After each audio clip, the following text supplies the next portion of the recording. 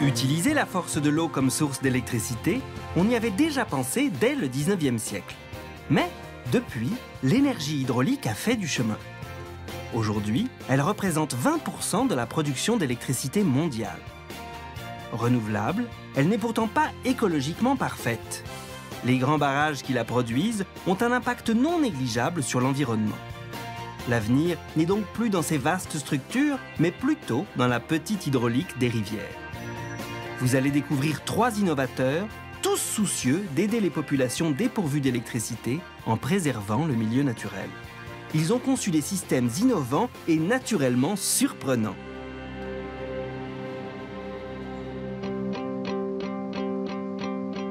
Notre plongée au cœur de l'énergie des rivières commence dans la Loire.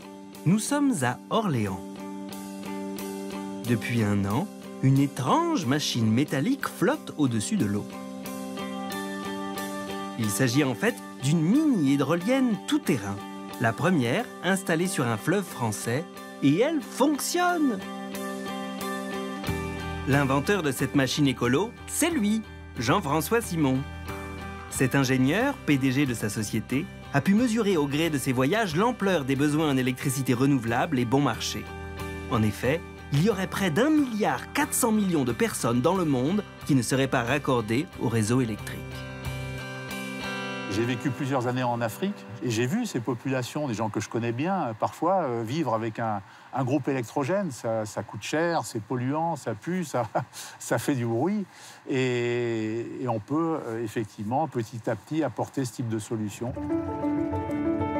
De ce constat est née l'idée d'une machine qui, plongée dans l'eau d'une petite rivière, pourrait produire de l'électricité grâce à la rotation de ses hélices cylindriques. Mais cet engin n'a pas grand-chose à voir avec les hydroliennes classiques. On peut par exemple la manœuvrer là, tout de suite si vous voulez. Donc elle va descendre et se mettre en position opérationnelle.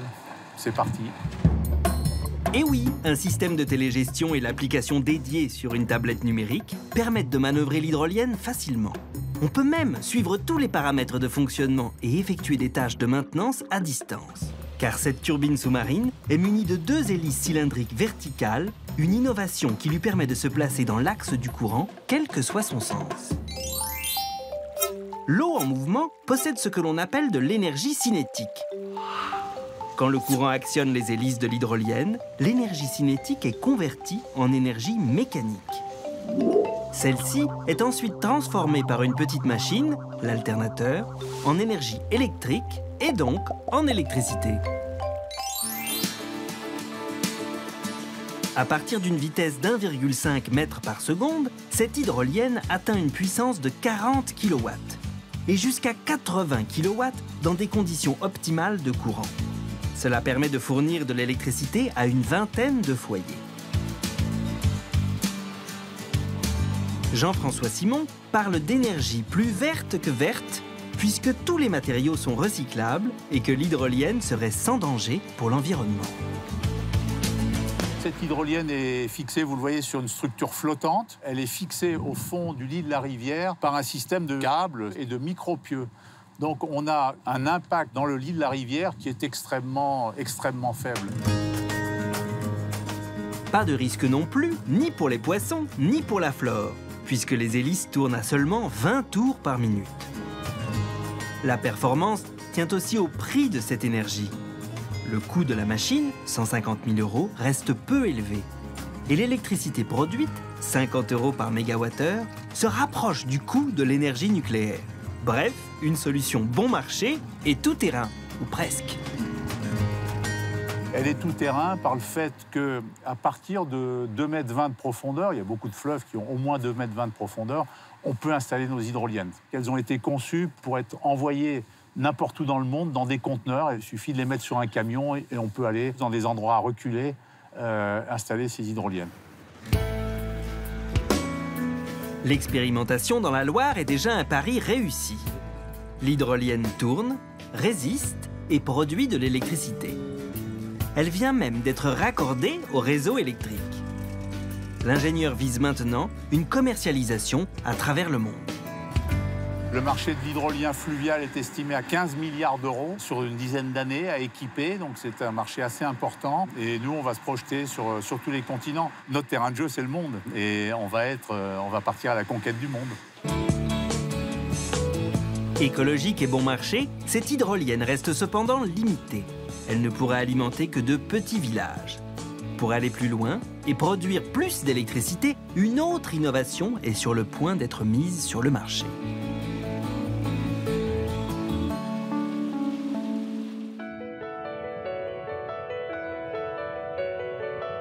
Pour découvrir cette nouvelle génération d'hydroliennes, il faut se rendre dans le nord de la France, à Boulogne-sur-Mer.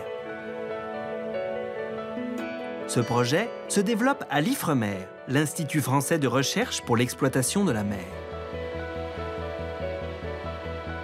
Ici, on teste dans un bassin d'essai une machine encore plus performante qui pourrait produire 14 fois plus d'énergie que l'HydroQuest. Dans des conditions optimales, elle pourrait atteindre 1000 kW, soit la puissance nécessaire à alimenter 250 foyers. Très différente des modèles habituels, cette hydrolienne fonctionne sans turbine. Elle est inspirée de la nature. Voici la première hydrolienne biomimétique qui imite les ondulations de l'anguille. C'est Jean-Baptiste Drevet, ingénieur et fondateur de sa société, qui a imaginé cette anguille des rivières. Les anguilles se propulsent en ondulant avec une très grande efficacité. La nature a sélectionné ce mouvement car c'est le mouvement le plus efficace et le plus économe en énergie.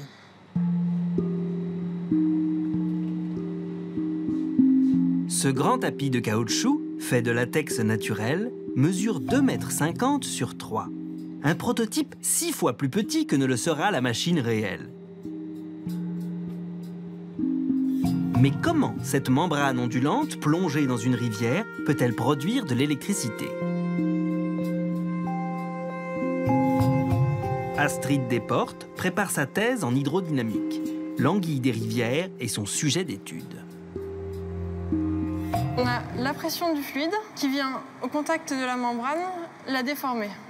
Donc il y a une ondulation qui se crée, les forces de pression vont créer une ondulation, et c'est de cette ondulation-là qu'on veut après récupérer du courant. Techniquement, notre anguille des rivières se comporte un peu comme l'aile d'un avion. Sauf qu'ici, il ne s'agit pas d'air, mais d'eau. Grâce au courant, l'eau circule autour du tapis qui se met à onduler. La membrane de l'anguille freine le courant de l'eau. L'eau qui passe au-dessus accélère. Celle qui passe en dessous décélère. C'est cette différence de vitesse qui génère la déformation du tapis et donc l'énergie mécanique. Cette énergie est ensuite transformée en énergie électrique par des sortes de dynamos qu'on appelle les convertisseurs. C'est vraiment un projet très innovant et une technologie de rupture, notamment à cause du mouvement, donc du mouvement d'ondulation qui n'est pas courant et on est les seuls à travailler là-dessus. Et en plus, ce mouvement est magnifique, assez hypnotique dans le fond et fait vraiment penser à un poisson. C'est vraiment très beau. Et oui, cette forme inédite possède de nombreux atouts. Son rendement est optimal avec de forts courants, mais l'anguille des rivières peut se mettre en mouvement et donc produire de l'électricité, même avec de faibles vitesses.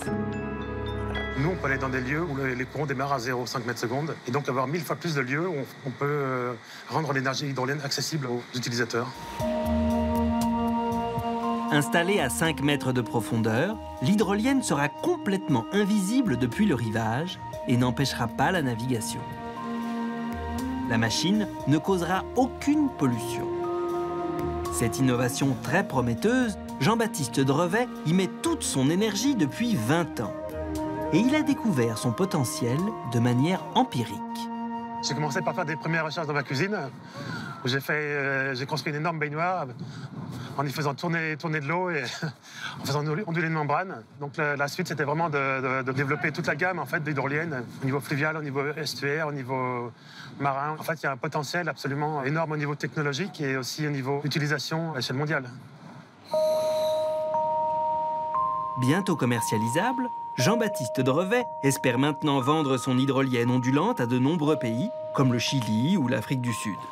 Les premières machines pourraient même être implantées en milieu naturel en 2017 en Écosse. Partout dans le monde, les gens vivent au bord des rivières ou au bord de la mer. Donc avec l'énergie hydraulique, ils ont l'énergie qui passe devant chez eux. Donc il y a juste à se servir de l'énergie qui coule à portée de main. Donc c'est vraiment la solution d'avenir au niveau des ressources énergétiques. Et si toutes les hypothèses sont validées en bassin d'essai, cette hydrolienne hors norme doit encore se confronter à la réalité. En Suisse, on ne mise pas sur les hydroliennes, mais sur une toute autre innovation, une mini-centrale hydraulique d'un nouveau genre qui possède un meilleur rendement que l'énergie électrique produite par le nucléaire. Nous sommes au nord du pays, au bord de la Sour. Comment? Oui, la Sour, le long de laquelle la première centrale tourbillonnaire, sur le principe du vortex, alimente déjà 25 maisons. Une installation fixe placée sur le bord de la rivière dans laquelle s'engouffre 80% de l'eau. Cette eau n'est pas retenue comme dans les grands barrages et cette centrale pourrait à terme les remplacer. C'est en tout cas l'ambition d'un de ses inventeurs, Daniel Stiger. Il y a un très gros potentiel en Suisse, avec plus de 100 000 segments de rivières et 4 000 km de rivières canalisées. Nous pensons pouvoir construire 10 000 petites centrales hydrauliques en Suisse, car les rivières sont nombreuses. L'idée du vortex est simple mais très ingénieuse. L'élément central est ce grand bassin circulaire de plus de 6 mètres de diamètre qui ressemble un peu à une baignoire géante. Une partie de l'eau de la rivière est déviée de son lit par un couloir d'acheminement. Elle remplit le bassin en forme d'entonnoir. Et comme dans une baignoire qui se vide, l'eau s'écoule en tourbillonnant. Au lieu du siphon, c'est un gros tuyau qui débouche dans la rivière en aval. Le tourbillon anime une hélice qui fait tourner la génératrice. Cette dernière produit de l'électricité. Si le mouvement peut inquiéter, l'installation conçue par un petit groupe de chercheurs s'insère parfaitement dans son environnement. Et ce, en toute sécurité. Comme on le voit avec cette pomme qui ressort intacte du tourbillon. Les poissons peuvent donc franchir la centrale sans difficulté, comme nous l'explique Bianca Miglioretto de l'association de protection Fairfish. Le fait que les poissons ne soient pas blessés est dû au fait que la turbine est à 30 cm environ au-dessus du sol. Avec cela, entre la turbine et le bord du bassin, il y a à peu près 1,50 m. Les poissons peuvent nager en dessous, ou à côté, ou entre les pales. Le trou en bas, par lequel s'écoule l'eau, est large d'1 mètre. Même les gros poissons n'ont aucun problème pour sortir de la turbine. Avec un coût entre 80 000 et 150 000 euros, en fonction de la taille et du pays d'installation, la centrale tourbillonnaire serait amortie au bout de 5 à 10 ans selon ses inventeurs. Quelques projets concrets sont déjà en cours de réalisation en Inde et 28 autres pays seraient intéressés. Je rêve que partout où c'est nécessaire, sur l'ensemble du globe où sera installé ce système, qu'il puisse, en produisant de l'électricité, aider les familles dans le besoin et leur rendre la vie meilleure. Moins cher, mais aussi moins invasif et donc plus écologique, les projets de petite hydraulique constituent une solution parfaite pour les pays en voie de développement. Dans les économies plus riches également, des milliers de sites inexploités pourraient être utilisés pour compléter le bouquet d'énergie renouvelable. En France, la petite hydroélectricité produit déjà 10% de l'énergie hydraulique.